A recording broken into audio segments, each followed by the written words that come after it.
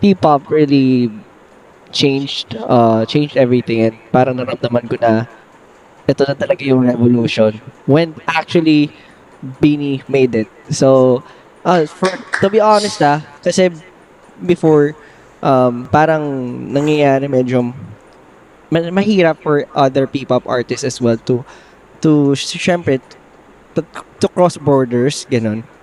But ever since Beanie made it, parang naging inspiration din sila for other P-pop artists to strive more na may pag The way Josh is praising Beanie, incredible. asa talaga with the P-pop. Kasi matagal na namin pinupush as collective. Lahat naman ng groups dito talagang matagal na pinupush.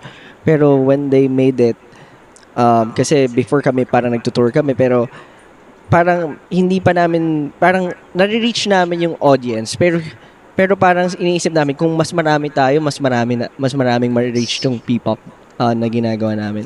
So when they actually did it, parang sobrang, actually even me na-inspire ako dun sa movement na yun na parang, uy, it's finally happening. Hindi lang to for now.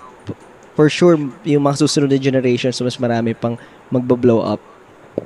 Ako po personally, sobrang naaalala ko pa nung mga times na nagsisimula sila. And as in, sobrang amazed ako. Siguro yung as in number one na ina-admire ko sa kanila is yung determination kasi they really opened the door for especially sa P-pop po.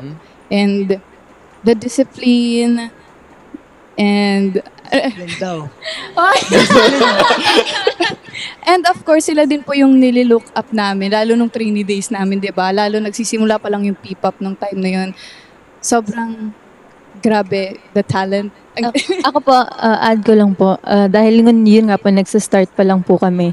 Talagang sila yung parang nakaset na okay, dapat maging parehas nila kami. Yes. So, The standards. gusto po namin yung nag-take po talaga sila ng risk na mapakilala yung P-pop. Parang sila talaga yung nangunguna. And alam niyo po yung tinake nila lahat ng negative muna bago, I mean, para safe naman yung, parang ganun po yung, parang ganun yung nangyayari. So, thankful kami na sila talaga nag-start na. Alam niyo yun, iset talaga yung standard. Okay, ganito ang excellence na pinapakita ng P-pop. Parang gano'n. Kasi nung time po nila, sobrang hirap talaga na like buksan yung door Yes. for P-pop. As Sobrang in, hirap i-please ng mga tao. Yeah. Natatawa ako doon sa nung time nila. so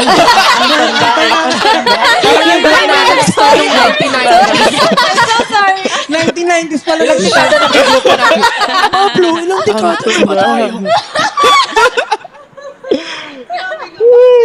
Hindi, pero okay naman, gets naman.